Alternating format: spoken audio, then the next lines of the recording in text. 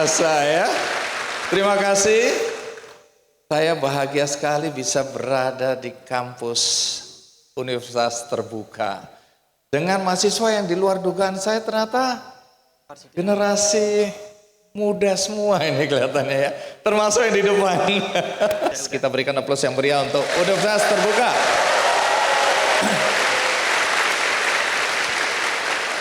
Teman-teman, saya ini sering sekali keliling Indonesia, masuk ke daerah-daerah di mana banyak anak-anak Indonesia yang tidak mendapatkan kesempatan untuk mengakses pendidikan dari daerah mereka.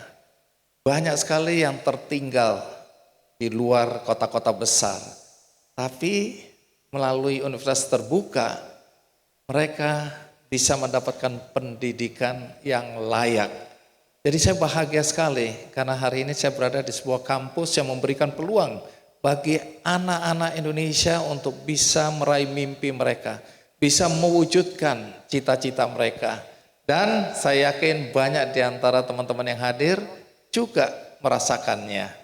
Nah, untuk itu teman-teman, saya ingin menghadirkan dua alumnus kampus UT ini karena mereka punya cerita yang sebagian besar mungkin sama dengan teman-teman yang ada di sini, tapi mereka mewakili cerita-cerita menurut saya heroik yang ada di antara mahasiswa UT. Nah, siapa tamu kita hari ini teman-teman? Kita sambut dengan meriah sekali alumnus UT yang bernama Alvin Novem Yanto.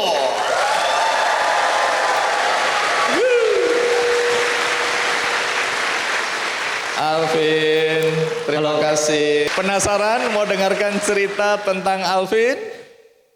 Penasaran? Penasaran? Oke, baik, silakan duduk Alvin. Alvin, pertama tentu teman-teman yang belum mengenal kamu ingin tahu kamu ini aslinya dari mana? Saya berasal dari Sragen, Jawa Tengah. Jadi kalau umur berapa sekarang umur? Umurnya alhamdulillah masih muda, yaitu 24 tahun. 24. Kamu lulus tahun? Kalau dari UT 2022. Baik, 22 tahun lulus. Ya, benar. S1. S1. Jurusan apa waktu itu? Kalau di Universitas Terbuka, Alvin dari Ilmu Hukum. S1 Ilmu Hukum. Oh, ada sporternya. Oke. Terus sekarang kamu udah kerja atau melanjutkan kuliah? Jadi setelah dari Universitas Terbuka, saya melanjutkan kerja, terus alhamdulillah nyoba beasiswa dari LPDP, dan sekarang saya menjadi mahasiswa di Universitas Gadjah Mada.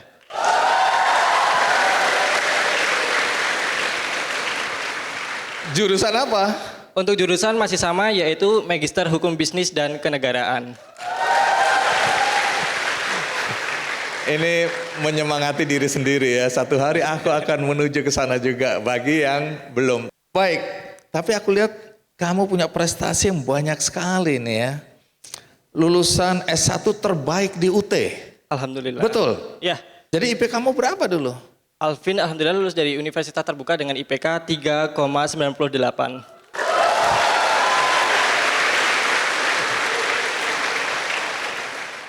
Terus kemudian kamu pernah terpilih dalam pertukaran mahasiswa ke Harvard University di Amerika.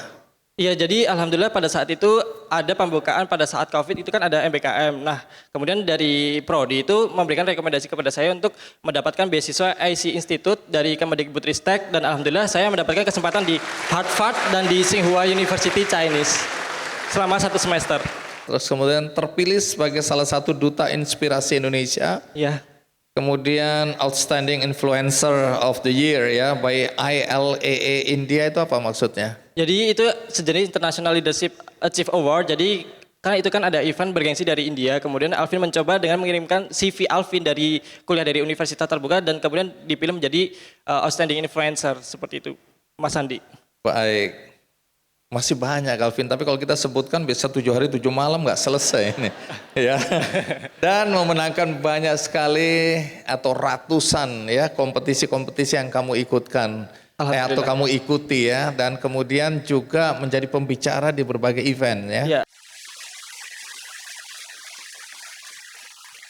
Orang tuamu pendidikannya apa?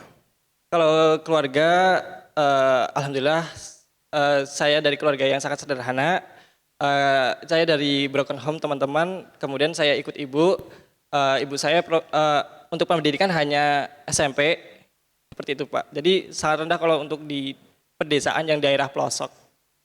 Oh, jadi ayah ibumu berpisah. Ya, Kamu ikut ibu dari kecil. dari sejak lulus SD 2011, Oke, pendidikan ibu SMP. SMP.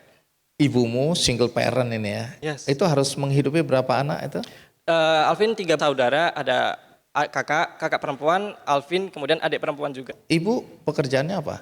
Ibu hanya seorang pemulung. Jadi kalau untuk profesi ibu itu, jadi beliau itu dari jam 1 pagi sampai jam 7 pagi itu beliau harus mencari sampah yang bisa dikelola ibu. Seperti itu. Kemudian di jam selanjutnya ibu istirahat dan kemudian ibu balik ke rumah. Jadi gini teman-teman, karena kan kita kan dari keluarga yang sangat sederhana. Kita itu dulu pada saat bisa dengan bapak, kemudian kita untuk memutuskan untuk ngekos gitu Mas Andi. Jadi ngekos dan ibu kan berprofesi cuma sebagai tukang rosok, dan ternyata rosok itu dikumpulkan di kos ibu dan itu ternyata mengganggu, kemudian kita diusir. Kemudian kita ngekos lagi, pindah kos lagi dengan ukuran cuma 2x3 itu buat 4 orang teman-teman. Kita kan udah memutuskan untuk ngekos di ukuran 2x3 itu tadi. Kemudian ibu memutuskan untuk membangun gubuk rosok itu di pinggir rel. Kayak gitu, dan beberapa bulan ke depan itu kemudian gubuk ibu digusur karena kan itu juga ada pembangunan. Dengan adanya hal tersebut kemudian ibu memutuskan untuk ngekos dan itu hanya untuk dikelola sampah-sampahnya. Dan jadi kalau ibu tadi setiap hari tidurnya di kos tersebut yang hanya bisa mengelola sampah, dan itu kalau aku pikir tempatnya itu tidak layak untuk dipakai karena banyak sekali kecoa, tikus, bahkan serangga-serangga yang lainnya itu bisa berkeluyuran lah ibaratnya kayak gitu. Kerjanya itu dari jam 1 pagi sampai jam 7 pagi, kemudian balik ke rumah itu sekitar jam 11, cuma ngasih makanan. Itu pun kalau ngasih makanan ya Mas Andi, kadang tuh ibu sempat menitipkan kertas kecil tuh kayak, maaf ya hari ini ibu nggak masak, kayak gitu. Jadi ibu ini, tunggu dulu. Saya jadi ingat ibu saya. Hampir sama kita nasibnya. Jadi ibumu itu bekerja pada malam hari sampai pagi hari. Ya seperti itu. Jadi kalian tinggal sendiri, ibu tinggal di gubuk waktu itu. Ya ibu kalau dulu itu pas di gubuknya di pinggir rel itu Pak. Seperti itu. Jadi kalau kamu bisa mengingat kembali, sesulit apa masa-masa di mana kamu tumbuh dan berkembang sementara tanpa ibu, karena ibu harus mencari nafkah sebagai pemulung. Ya jadi mungkin kalau teman-teman tahu juga kan, kita kan juga dari keluarga yang mungkin sederhana gitu kan. Kadang kita juga harus makan hasil mulungnya ibu itu. Jadi kayak mungkin ada makanan sisa terus dibawa ibu. Emang perjuangannya itu sangat menyedihkan mungkin karena selalu direndahkan juga sama masyarakat kayak gitu. Jadi ya terharu kalau mengingat masa-masa yang dulu.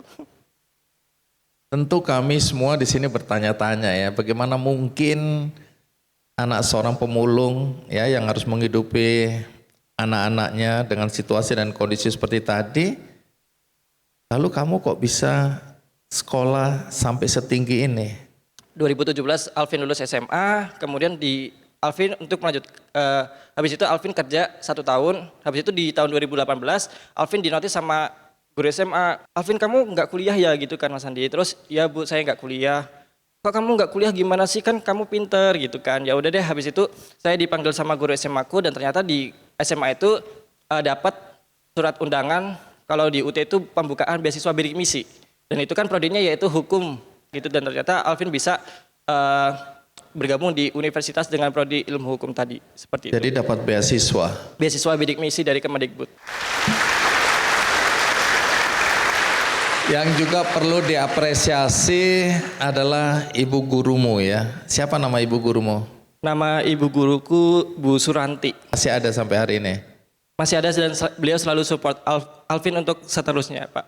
Seperti itu. Baik, jadi kalau Bu Suratin ini nonton acara ini terima kasih. Karena kalau tidak karena gurumu itu mungkin kamu sampai hari ini entah di mana ya. Ya mungkin bakal menjadi seorang anak pemulung yang selalu kerja sih teman-teman. Baik, jadi kita berikan aplaus untuk Ibu Guru yang luar biasa ya. Jelajahi cara baru mendapatkan informasi. Download Metro TV Extend sekarang.